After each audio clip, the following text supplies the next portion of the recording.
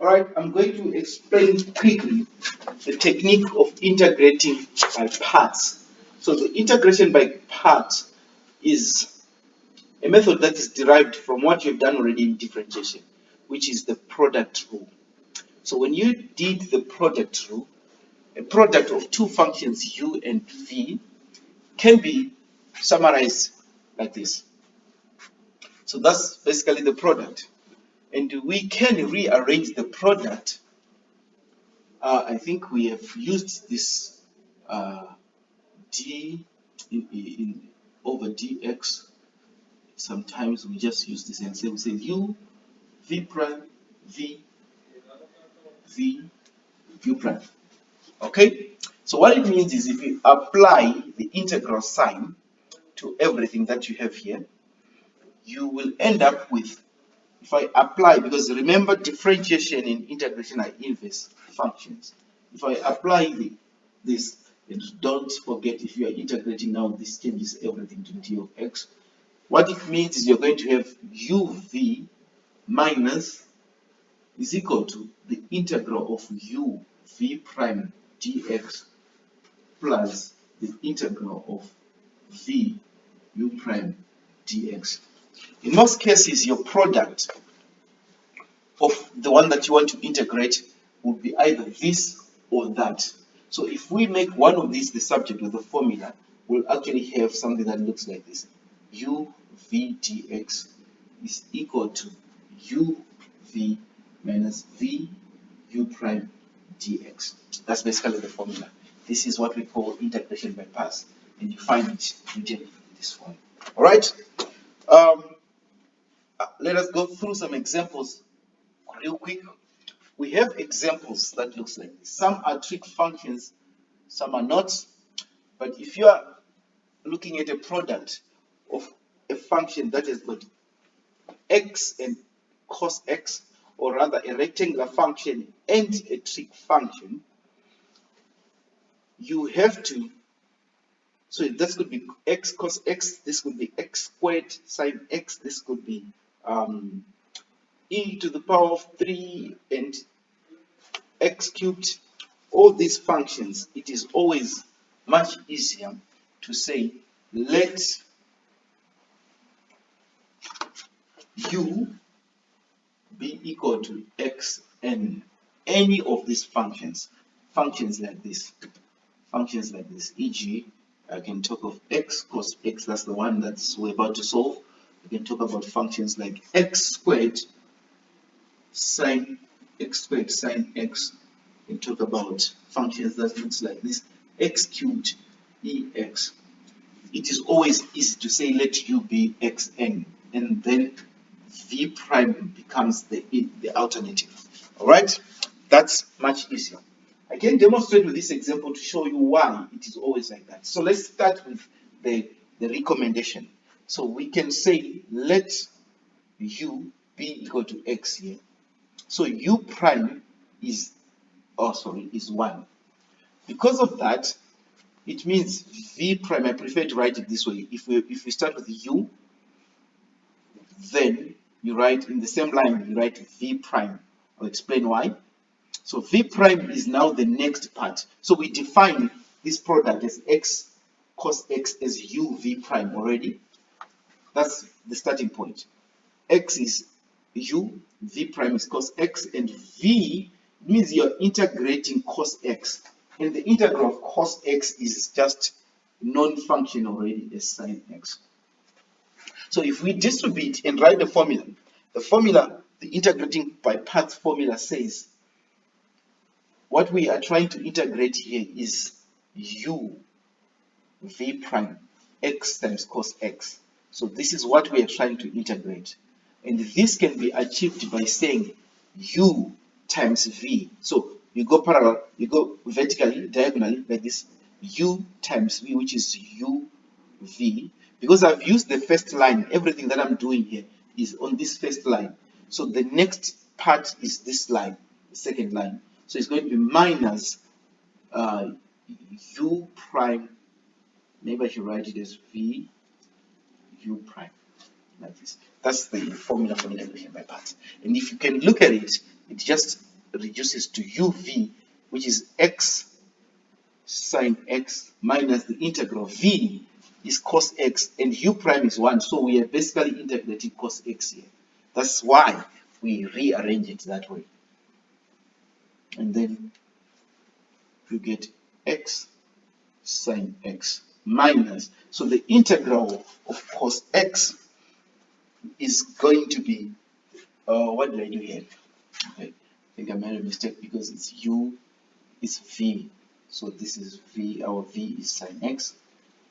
So the integral of sine is negative, so that's going to be negative, negative. Let me just put a sign here. It's a cos x plus c. That's how it works. So, like I said, important to realize, it is always advisable to say let u be the function of x. So, should you choose not to do this, this is what I want to demonstrate. Should you choose to say let u be equal to cos x, and what are you going to do? You're going to say let v prime be equal to x. Check what we're doing. We're not eliminating, we're not going down. So u prime, the integral of cos is just sine, and the integral of v becomes x squared over 2. So setting it up, this is your first product, this is your product, that's what you're doing. It's going to be integral of x cos x dx is going to be u times v, so it's going to be x squared over 2 cos x minus 1 over 2 x squared sine x. Now, you have another complication here. It's not simplified. That's the reason why we say not. That is very important to always think, because you have to keep on going. Instead of reducing it, you're actually complicating it. So for products of this nature, it's always advised to use this part. All right? Okay, next example. Again, as you can see, it's now straightforward. We are not going to do anything. Say x squared, let u equal to x squared, and let v prime, like in the same line, u and v prime in the same line. It's just a practice. It's not standard. Is equal to natural log of x, and u v is equal to 2x. Yep.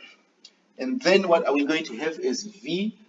V is the integral of natural log is simply if we integrate what we get if we integrate v. If we integrate v, on this one, I think we made the wrong mistake. We made the wrong substitution. I can see why, because if we were to integrate x, we don't get. I can show you the integral of natural log of x after this example. I'm just going to run. It's quite a complicated one, but not difficult. I'll show you that one. So here on this part now, when we have natural log, we've got to be very careful. So that means we are going to say u is equal to natural log of x. Why? Because u prime is easy to find, is known beforehand, is 1 over x. And then v prime is going to be equal to x squared. And v is also easy to find here. It's 1 over 3 x squared, x cubed, sorry. I get carried away with mathematics. And then u v is what you are actually calculating, which is x squared, natural log of x, is equal to u times v, which is 1 over 3 x cubed, natural log of x, minus these two. And these two do actually take care of each other by reducing this 1 over 3, and this cancels that, and this is x squared dx. So this is easy to integrate, as you can see.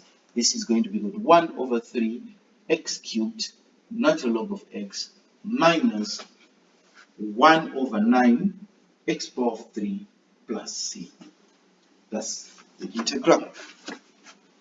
Okay? By parts. All right, another example.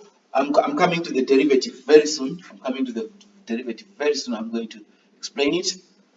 If we are using this, again, we say it because it's easier to integrate x, and we know that v e of x is very much easy to integrate or differentiate here, because remember the derivative of e of x is just e of x.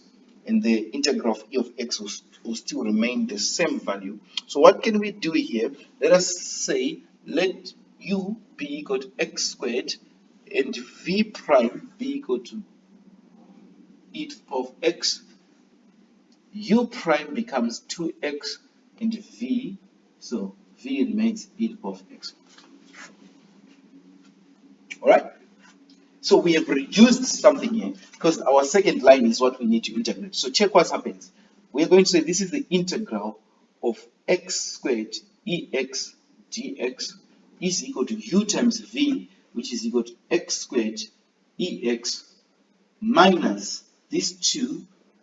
Right, we are not done yet, but at least we are hopeful that we get into the answer. Why am I hopeful? We have reduced this already. Let us reduce it again for the second time. Let u be equal to x, so u prime is 1. Reduced now? Yes. V is not changing, v prime is ex, so v is still ex. So what we know is this is going to be this, only this part is u times v is uv. Let me just write it here. This integral here is just uv, which is x ex minus this 2, which is the integral of dx.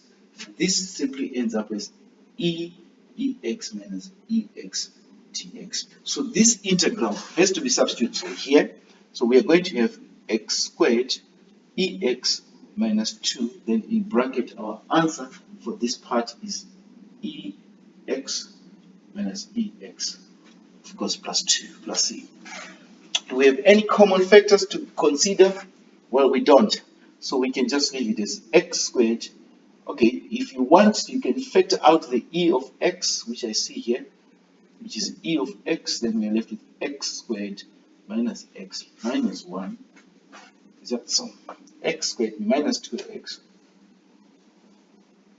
and plus 2, then plus c. That's your answer. Alright? You have to do the integration twice, as long as you're reducing. But if you make the opposite substitution, then you're not going to have problems. Alright? Yes. The last example would be to find the natural log of x. How do you integrate this? This is very important. How do you integrate the natural log of x? So we've seen that if we do the wrong substitution, we will always get to a point where we struggle to find it. But what we can understand with this part is natural log of x on its own is a product of two numbers, where one of the numbers is already known as 1.